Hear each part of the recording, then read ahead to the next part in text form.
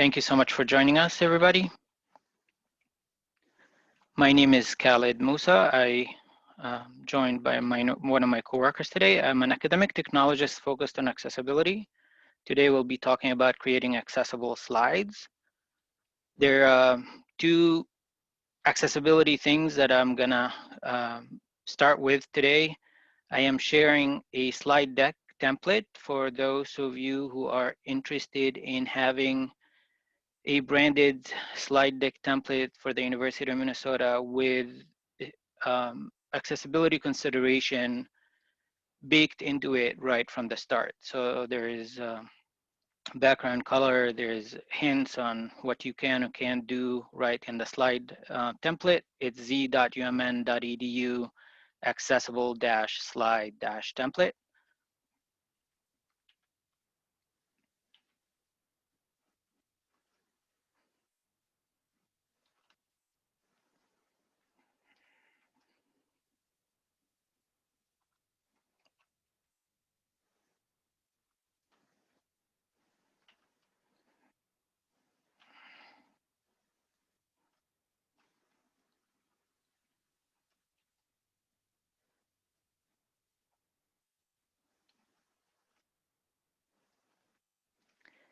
So my name is Khalid Musa. I'm an academic technologist focused on accessibility, as I mentioned earlier. If you don't know what I'm with Academic Technology Support Services. If you don't know what that is, it's a centrally supported unit that is responsible for the LMS and all the tools that come with it. So when you're teaching on Canvas, if you're using Canvas or any of the tools that are integrated into it, we help support it. We do help with instruction design as well. Academic technology support. If you have any tool that you're looking to integrate, we'll be happy to help you pick a tool or learn how to use a tool for any purposes that you're interested in. You can request a consultation. You can attend one of those webinars. We have those every week. Different topics on groups, on discussions, on academic integrity, and a few others. You can join us and register through Training Hub. So we'll start by talking about what is digital accessibility, what it means to have a student with or without a disability in your class, and what it means for you to have accessible content for them.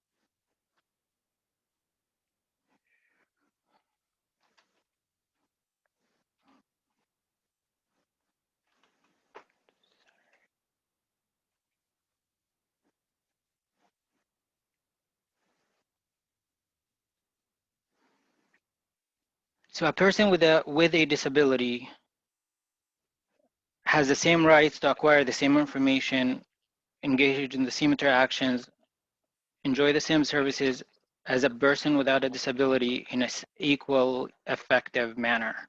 And the equally effective manner is the most important part here. So they should be able to interact with your content as equal as someone without a disability. So what is disability? A disability is a mismatch. If you think about it, not from a medical term, you know, someone who has a medical condition, but someone more who has a mismatch between what our environment demands and what they're able to do. So it could be permanent or temporary. It could be visible or invisible.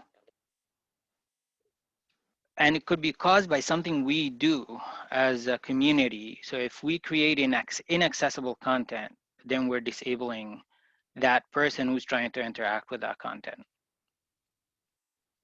Why is it important? It's for everybody. So every student at the university has the an equal right to learn and interact with the content. It's the right thing to do. It's good design. I think accessible design is good design. It doesn't take away from the quality of the content if you make your content accessible to everybody. And it's the law. We don't want to focus too much on the law. I feel like students are here to learn, you're here to teach, and uh, that that experience is mutual, and everybody should be able to interact in an equally effective manner. So well-designed slides are important for a couple of reasons. So what does it mean to have a good design slide? So if you have your content clear, it's all about the content. It's all in the presentation. There is no special tools that you have to acquire, no special things that you have to do. If you bake it into the design and what you're doing and keep the things that we'll be talking about in mind while you're where you're designing your slides and presentations, everybody will benefit. So make sure your content is clear, the information is there, there's good spacing between. Make sure it's, main points are clearly highlighted, describe them really well.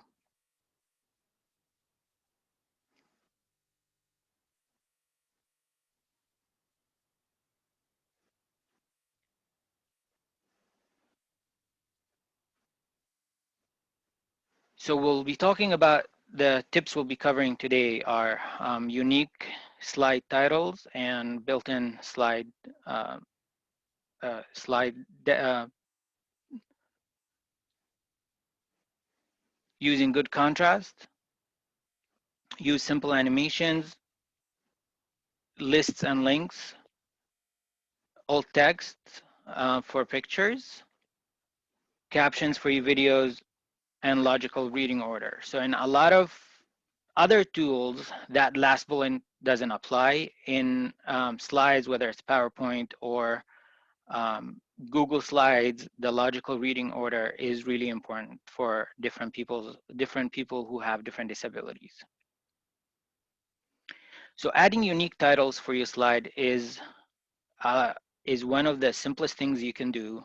It benefits everybody. I think a lot of people already do it. Make sure your slide titles are not the same title. Make sure they're different in one way or shape or form.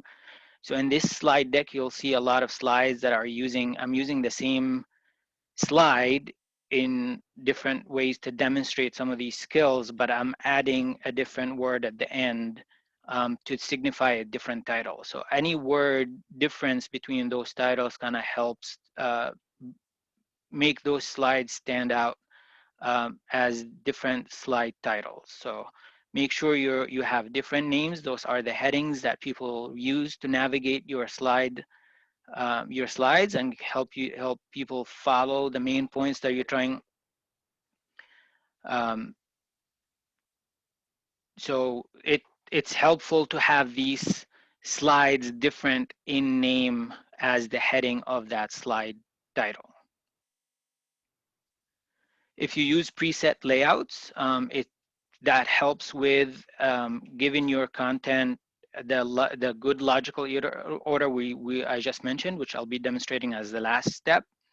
But those slide templates that come in PowerPoint or Google Slides already have built-in accessibility. So if the title is there, if the content is there, if there is a place for a picture, everything is designed to have that placeholder for the content. Do not add text boxes. So if, for example, if you have a title and a content slide and you want to make it a two content, then just change the slide layout, and you can access the slide layout under the slide option in Google Slides or under the home ribbon in PowerPoint. This is really important to kind of give that accessibility. Some of those slide templates might not have a title. Those are fine. You don't have to have a title for every slide. If you have just a main idea slide, it could be a picture, could be a content main idea. Those are also accessible. So again, those, you don't have to have a title for it, but use the built-in slide designs from Google Slides or the PowerPoint. So this is slide layout template in PowerPoint. It has a title and a content. And again, you can change it to have 2 columns if you're interested, but from the slide layout option. Using accessible fonts is really important. You know, people do sometimes love fancy fonts, but it's helpful to keep your audience in mind. Different people with different disabilities, whether visible or invisible, sometimes people who have dyslexia might not be able to interact with your slides the right way if you have the wrong font. The top 3 fonts that I recommend are Arial, Verdana, and Calibri. Any sans serif font helps. But you know, one of the fancy fonts that I'll be showing in a minute here is Lobster font. So this is, the title uses a Lobster font here that is not good for people who are dyslexic. If you use italic, that's also not useful for some people who have reading disabilities. Try to avoid italic if you can. Use it sparingly. I'm not saying don't use it, but using sparingly. Your font should be 16 point or above. Make sure that you write not paragraphs in your Google Slides, but more main ideas and bulleted list, and talk about them in detail, describe them, explain. So yeah, one of the things, if you want to have a title that you want only students who are blind to only see it, so if your main idea is visible in a picture and it's hard to kind of, you want to make sure people who can't see it have that main idea as well. And there's 2 ways to do it. One of the ways that we can talk about here is to add a title, but make the title white font on white background. And again, I'm not recommending that you do that a lot. This is an exception basis. But the picture, if you add alt text, which we'll be talking about later in this slide, also helps people who can't see, and that could be part of that. So the next thing we'll be talking about is contrast. The contrast that I'm using, we'll be using in the example in the next slide. When we talk about contrast, if your slides are using 16 point or above, we want to make sure that it's a minimum ratio of 3:1. If you use 12 font on any other document, that's a 4.5:1. The better ratio is 7.5 and above. That's the best ratio when it comes to color contrast. It's the higher the contrast, the better it is for people to read. Black on white is 20:1 ratio. White on white is 1:1 ratio. So in this example, there is a sea, like a light green, seafoam green color that I'm using. This color does not pass the color contrast ratio. And I'm going to demonstrate a tool for you.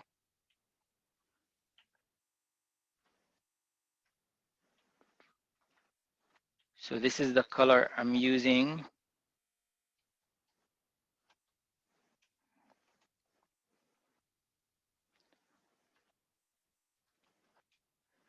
So the precise contrast is very low in this one. You could choose a different font from the same family.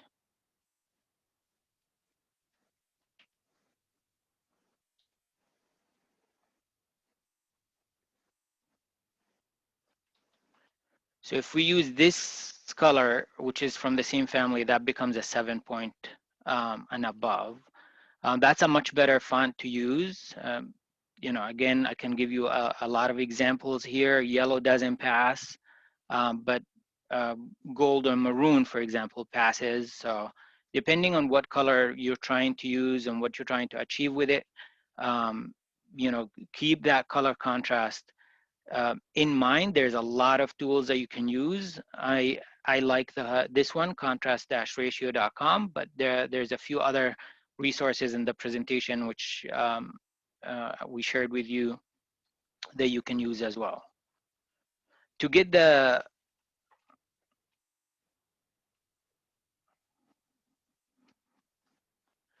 to get the hex value of any color that you're using. So if you pick a color that you like, you know, you pick it because you see the color itself.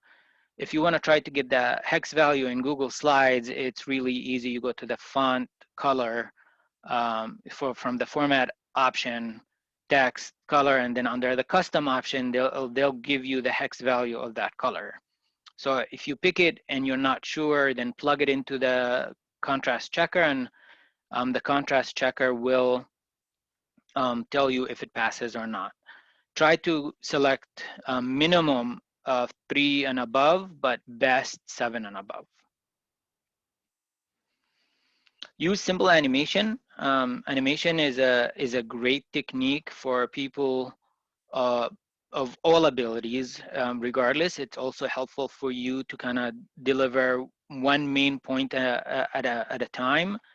It reduces cognitive overload for students or people who are trying to listen to your presentation. It also helps with kind of chunking the content, so you present the most important information in a logical order for you to kind of drive the point home whenever you're presenting. And keep that in mind when you're talking about these different points. The animation helps with accessibility, but it also helps the students kind of keep track and not get distracted too often when you're presenting. And I'm adding the steps on how to include the animation, so from Google Slides. So in this one, we have animation that comes from the top and the bottom.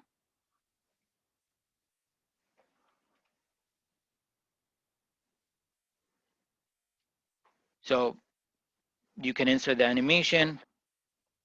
Use the simple animation is the best. And you can do fade in and make sure you check the by paragraph.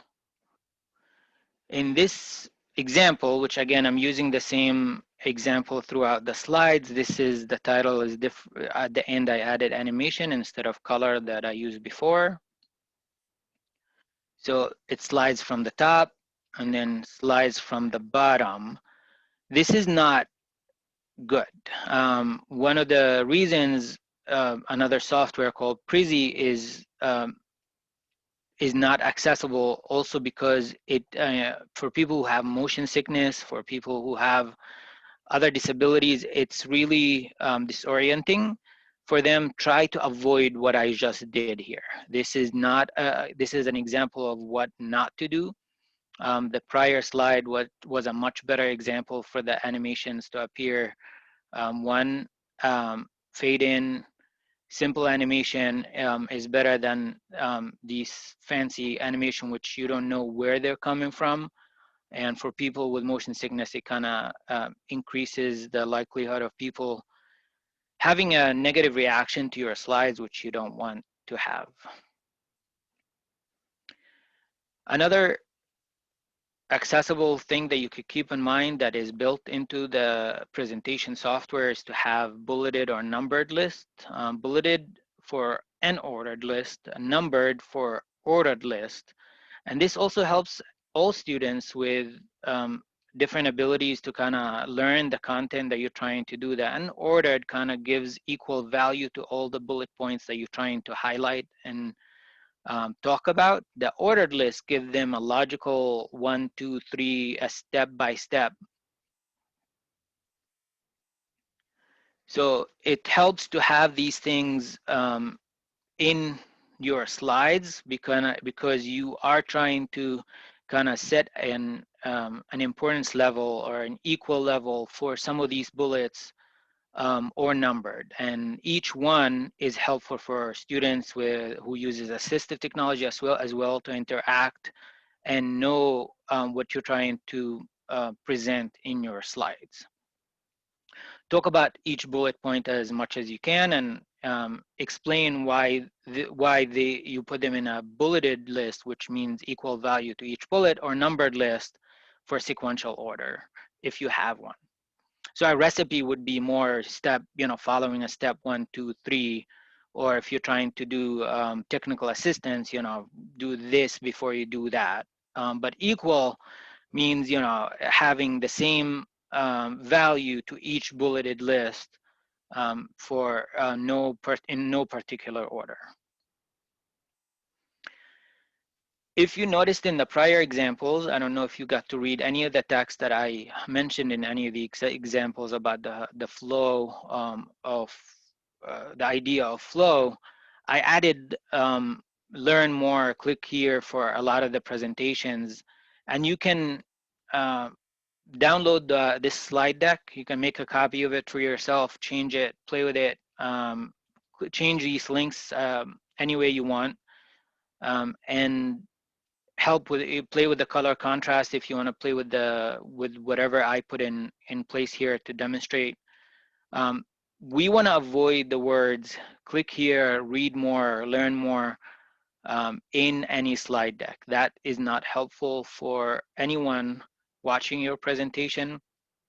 If you noticed in the beginning of the slide, I added a Z-link that talked about accessible presentation template for you to download and use as part of your presentations. Even though it's a shortened link, it's still giving you a target that you can understand from the text of the link. So if I didn't explain what that link is, you can still know what you're gonna find when you click on that link. So you're gonna get a slide template that is accessible.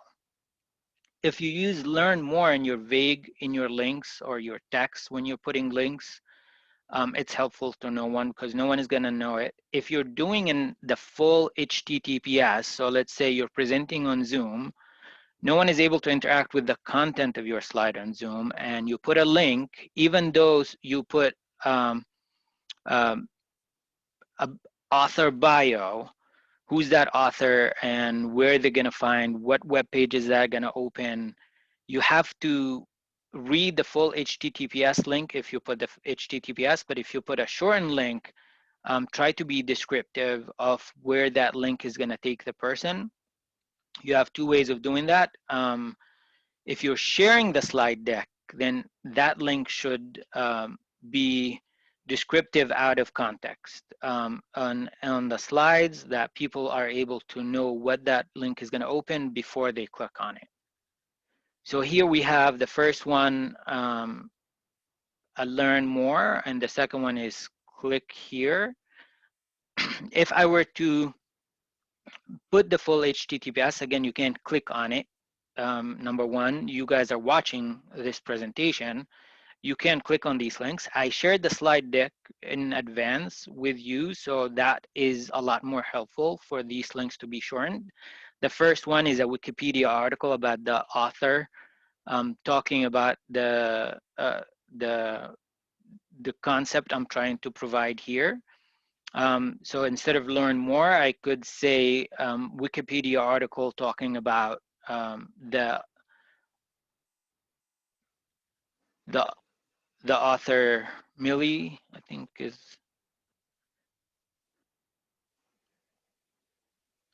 And the second one, click here, is about three, is a different website. Both will open on in an outside source, outside of the slides, which is also helpful sometimes to let people that this is going to open in a different tab. Um, but it's a different website, and so instead of click here, I could say 3 things to do to achieve the flow or the happy, to get into the happy zone.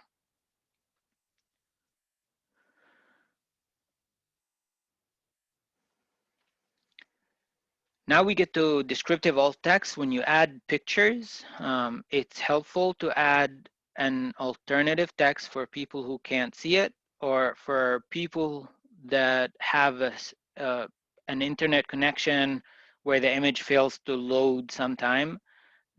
They will see the alt text instead. It also helps for someone looking at these things in a mobile view. Sometimes the alt text shows up next to with the picture when it gets highlighted. In the mobile option. I've seen it happen on iPhones. The alt text in a Google slide or Office product is, you can right click on the picture and do and select the alt text option. I think in a PowerPoint, if you're using Office 365, they made it as part of the menu option, but if not, sometimes you have to edit the picture and find the tab that says alt text. There are 2 fields that you'd have to look into, which I could try to.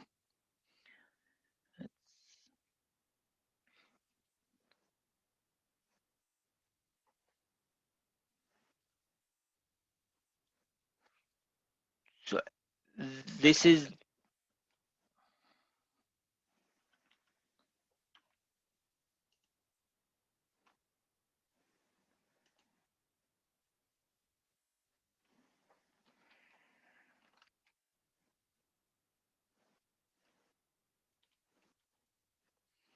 so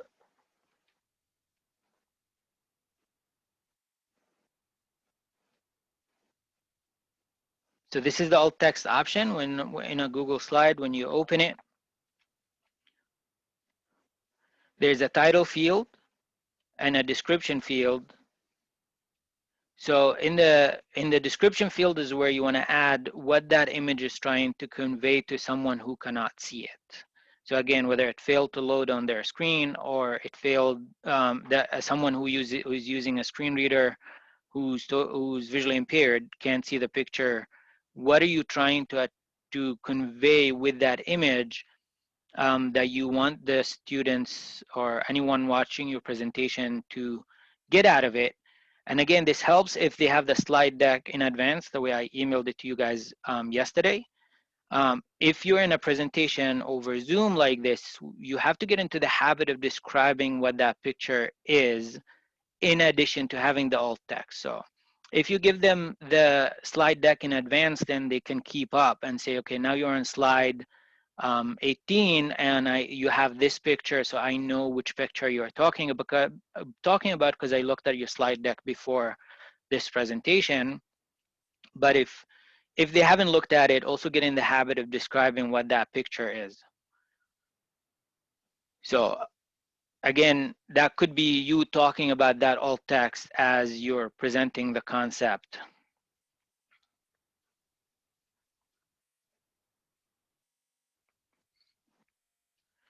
And students who are blind visually impaired, they use one of 2.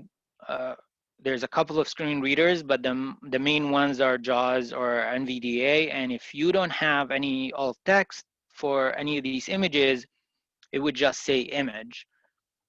If you're trying to add an image in the background, not as a design in the master of your slides, those don't get alt text. They become embedded as part of the slide deck. They don't get picked up by assistive technology. It's more for decorative purposes. But if you add a picture in the content of your slide, those will be picked up.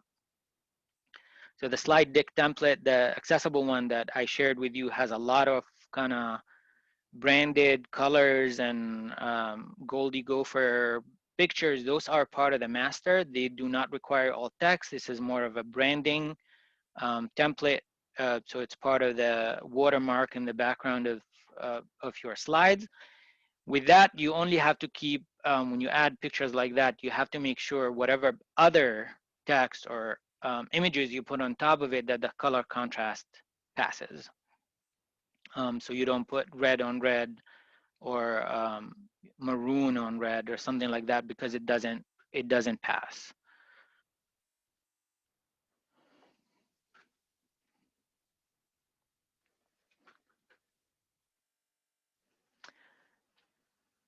The next tip I'll be talking about is captioning. So when you add videos in your slides, make sure you choose videos that have good captioning. What is good captioning? Good captions means that it's 99.99% accurate, as close to 100% as possible. 90%, 80%, 70%, like YouTube videos are 70% accurate. Auto caption is 70% accurate. Kaltura, which is my media for the University of Minnesota, is somewhere between 80 and 90% accuracy rate for the auto captioning, but that's not good enough. So just imagine if you get every 7 out of every 10 words that are being said, you're missing a lot of content in that video. Please make sure you correct those captions, whether in YouTube or Kaltura. You have to go through the captioning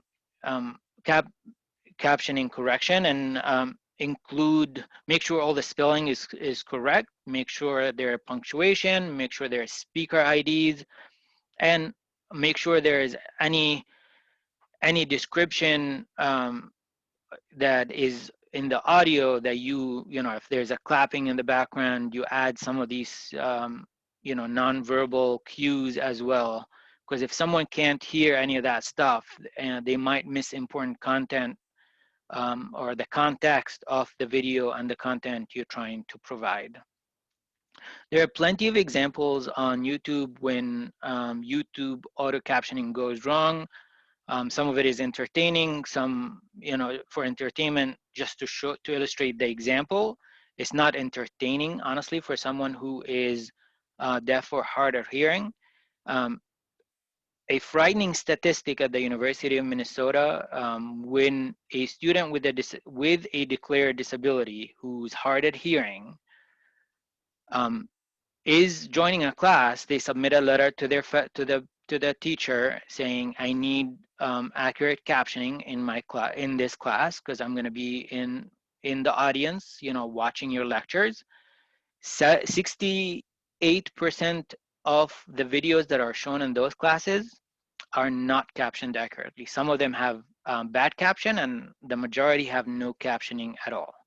So the student who's deaf or hard of hearing that told that faculty in the class, I need captioning, is still not getting it. So imagine the students who are hard of hearing or are struggling because they can't hear, and they're relying on those auto caption or relying on captioning, and they get 7 out of every 10 words that are being said every minute. That's not a good statistics for us. And if you have a student with a disability, a declared disability in your class that required auto captioning, the respective DRC, Disability Resource Center, at your campus will caption all your videos free of charge for you if you give it to them in advance. So connect with the Disability Resource Center at your campus as soon as you get that letter from a student. That would help you, it would help the student, and it would help every student in your class, especially during this time when there's a lot of online teaching. A lot of students are at home. You don't know their situation. They could have a noisy situation where they have kids in the background and they're not able to hear everything. They might not be sitting in a quiet place trying to listen. So they rely on these captions, and there was a study that was done where they tracked on how many people watch videos with captioning, and the retention rate and the content absorption when they have their captioning on, whether they have a disability or not, increases a lot more. This is especially true for someone who's an English as a second language learner. But again, I mentioned, situational disabilities where I'm in a noisy background, I'm in a cafe because I don't have internet at home, I am at home with kids in the background, or I'm trying to multitask, because a lot of us are trying to multitask these days, or I'm on my phone trying to watch this because this is the only way I can connect to the class. I don't have a computer. They need captioning, and they need correct captioning. So we would like to change that statistic for the students that need it. But also, during this challenging time for everybody, we want to make sure we meet the students' needs and different situations. So please try to add, if you add videos, whether in your course or your slides, make sure you have captioning. One of the things I want to add here, Zoom offers the option for auto an auto captioning option. So if you click on the CC button in the Zoom that you're on today, there's live captioning happening. It's probably butchering again, 3 out of every 10 words I'm saying. I speak fast sometimes, but sometimes if you speak slowly and clearly into a mic, it might pick up a lot. We did test it with a lot of students, the live caption options with Zoom.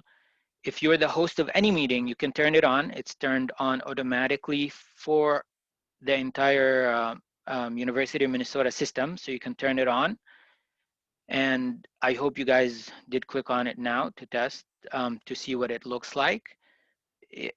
So that's another accessibility feature that we try to incorporate. It's accessibility, not accommodation.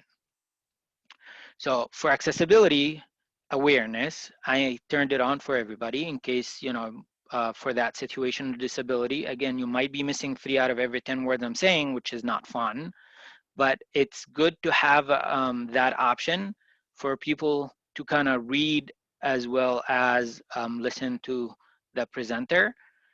Try to turn it on in your classes, in any class you're in where you're the host of the meeting. If you're in a meeting where the host doesn't have it on, make sure they're aware of it. It helps for accessibility awareness. For accommodation, this is not good enough. You have to connect with the Disability Resource Center. If you have a student that you're in your class that needs accommodation or captioning as an accommodation, make sure they provide either a live person to transcribe for you, which Zoom has the capability for that, and they'll walk you through that steps. And again, that will be provided for you as the teacher. If you're a teacher and you have a student that needs it in your class, you have to give them a couple of weeks notice. They might not be able to do it the day before or a week before. I think they need a minimum of 2 weeks notice.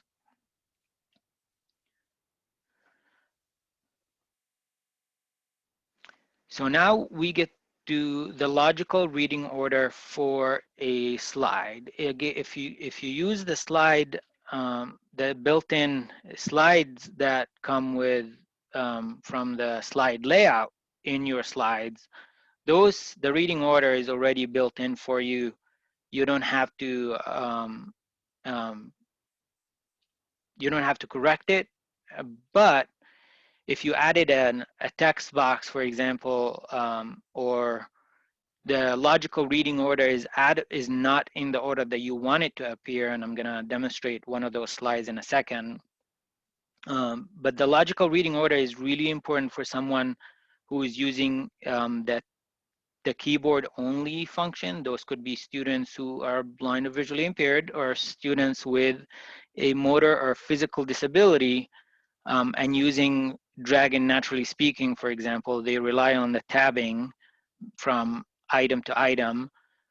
So when you tab between the different contents on the slide, trying to interact with it, they get that reading order, and you want them to get the reading order that you are talking about in your presentation, not one that is out of order. So if you use the built-in slides, that kind of helps. It does the work for you, but um, Microsoft has a reading order. You can, if you use PowerPoint, there's a reading order tab that you can use that shows you the reading order it shows up in. In Google Slides, it doesn't have that panel that shows you the reading order. It has, in this example here, I'm gonna,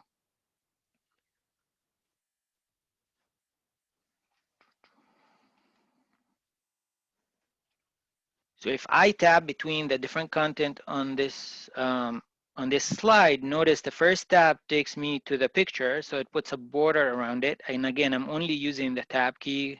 That's what a student who is using assistive technology would do. The second went to the main content. The next one went to the name of the author. And then next it went to the title. Is that the order we want it to appear in? No. That's not the way visually it looks to someone on the slide. So then we have to change that order. And again, if you try to get into the habit of not using those built-in slides, then you have to correct that. Now, let's say you ended up with a slide like that. I want the image to be the last, so I am going to move it. So in the order, there's bring forward, bring to front. So it's already, the way the reading order is backwards. So the first thing you think of a stack. If you stack boxes on top of each other, the box at the bottom is the one that is going to be read first. The one in the top, which is the front, is going to be read last. So in here, I have to bring it to the front, to the top of the stack, so it can be read last. It's a little bit confusing, but now I move the pictures all the way to the back. So I want the title to move to the top.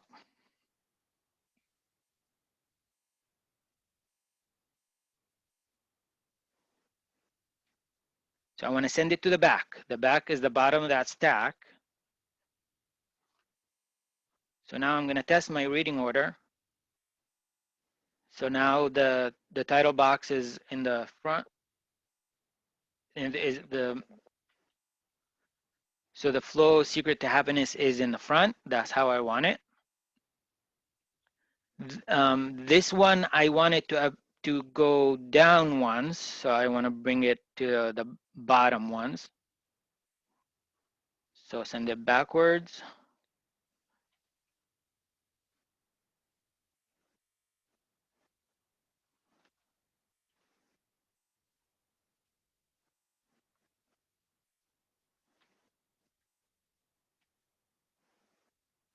So, you have to keep trying this order. So I think now this should do it.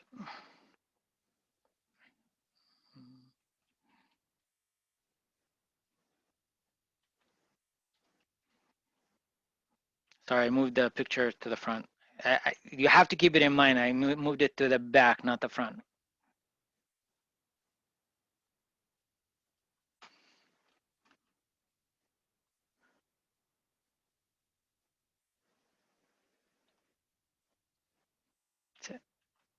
I need to move this one down twice.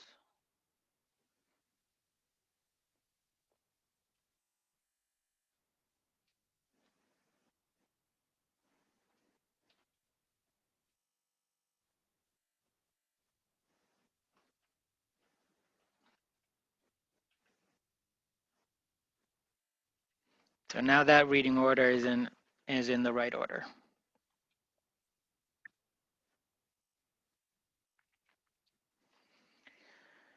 This is helpful for someone that you are sharing those slides with. And again, if that reading order is not in the right order, then they're getting the content in here with just a title, a subtitle, and a content. But if you have multiple content options and they're not reading them in that order, the content will be confusing for someone who's using that tab order. Why are they getting it in that order, which is kind of confusing.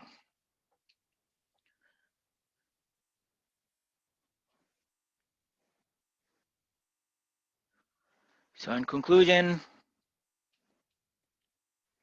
slides are a very good communication tool.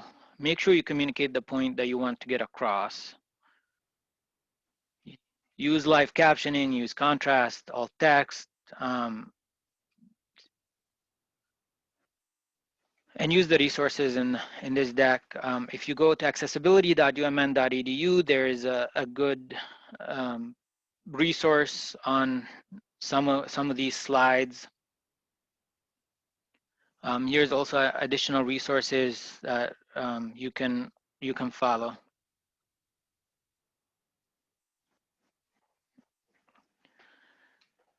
I'll be happy to answer any questions if we have any. Sorry, Jennifer, I haven't been able to keep up with the chat. No worries. We don't. Oh, someone just asked a question. Connor is wondering about what are the best fonts to use, and if you do you have any recommendations about using downloadable fonts? And I guess depending on your answer, we can go from there.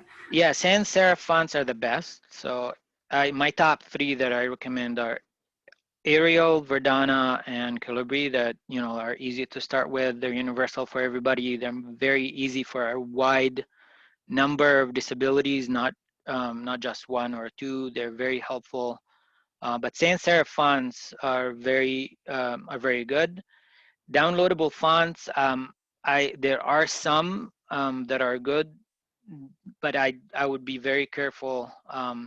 Usually Googling some of them, if you're, I can't think of a font, but try to Google information about accessibility of that font, and you'll get a lot of information.